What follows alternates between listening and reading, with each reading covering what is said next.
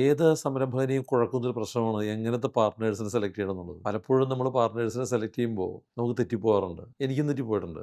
അതെന്തുകൊണ്ടാണെന്ന് വെച്ചാൽ നമുക്ക് നമ്മളെക്കുറിച്ചുള്ളൊരു ബോധ്യമില്ലാത്തതുകൊണ്ടാണ്. നമ്മൾ രാമായണത്തിലേക്ക് തിരിഞ്ഞു പോയി കഴിഞ്ഞാൽ ശ്രീരാമൻ ലങ്കയിലേക്ക് പോയപ്പോൾ ലങ്കയിലേക്ക് കടക്കാൻ മാർഗ്ഗമൊന്നുമില്ല. അപ്പോൾ പാലം പണിയണം, ലങ്കയിലേക്ക് ചാടിക്കിടക്കണം. അപ്പോൾ കുരങ്ങന്മാരെ പറഞ്ഞിറക്കി. കാരണം അത്രയും ദൂരം ചാടാനായിട്ട് കുരങ്ങന്മാർക്കല്ലേ പറ്റുള്ളൂ. അപ്പോൾ അതുകൊണ്ട് തന്നെ ഹനുമാനെ പറഞ്ഞിറക്കി. പിന്നീട് യാത്ര ചെയ്യുമ്പോൾ പക്ഷികളെ പറഞ്ഞിറക്കി. അപ്പോൾ പക്ഷികളായാലും കുരങ്ങന്മാരായാലും നമ്മൾ പാർട്ട്ണറാക്കുമ്പോൾ എടുത്ത ഒരു പോയിന്റ് എന്താണെന്ന് വെച്ച് കഴിഞ്ഞാൽ നിങ്ങളിൽ ഇല്ലാത്തൊരു കഴിവ് സബ്സ്റ്റിറ്റ്യൂട്ട് ചെയ്യാൻ പറ്റിയ ഒരാളായിരിക്കണം നിങ്ങളുടെ പാർട്ണർ. നിങ്ങളിലുള്ളൊരു കഴിവിനെ സബ്സ്റ്റിറ്റ്യൂട്ട് ചെയ്യേണ്ട ആവശ്യമില്ല. അപ്പോൾ സപ്പോസ് എനിക്ക് നന്നായിട്ട് സെല് ചെയ്യാൻ അറിയാം, എനിക്ക് കൺസ്ട്രക്ഷൻ നടത്താൻ അറിയാൻ പാടില്ലെന്നുണ്ടെങ്കിൽ എനിക്ക് വേണ്ട പാർട്ണർ ഒരു കൺസ്ട്രക്ഷൻ നടത്താൻ പറ്റിയ ആളാണ്. എനിക്ക് കൺസ്ട്രക്ഷൻ നന്നായിട്ട് നടത്താൻ അറിയുമെങ്കിൽ എനിക്ക് സെല് ചെയ്യാൻ അറിയാൻ പാടില്ലെങ്കിൽ എനിക്ക് വേണ്ട പാർട്ണർ എന്നെ സെയിൽസിൽ സഹായിക്കാൻ പറ്റിയ ഒരാളായിരിക്കും. പലപ്പോഴും സംഭവിക്കുക നമ്മളിലുള്ള ന്യൂനതകൾ തിരിച്ചറിയാതെ നമുക്ക് എന്താണോ കഴിവുള്ളത് ആ കഴിവിനുള്ള വേറെ ആൾക്കാരായിട്ട് പാർട്ണർഷിപ്പ് ചെയ്യും. അപ്പോൾ എന്ത് പറ്റുമെന്ന് വെച്ച് കഴിഞ്ഞാൽ ആ പാർട്ണർഷിപ്പ് സക്സസ് ആവില്ല. കാരണം നമ്മളുടെ ന്യൂനതകൾ അവിടെ പരിഹരിക്കപ്പെടുന്നില്ല. അപ്പോൾ എല്ലാവരും എല്ലാം തികഞ്ഞ ആൾക്കാരല്ല. അപ്പോൾ ആദ്യം വേണ്ടത് സ്വയം ഒരു തിരിച്ചറിവുണ്ടാവണം. എന്താണോ തൻ്റെ ന്യൂനത അതിനെ പരിഹരിക്കണം എന്നുള്ളത്. അപ്പോൾ പാർട്ണറായിട്ട് സെലക്ട് ചെയ്യുന്ന ആളുടെ മഹത്വമല്ല ആവശ്യം,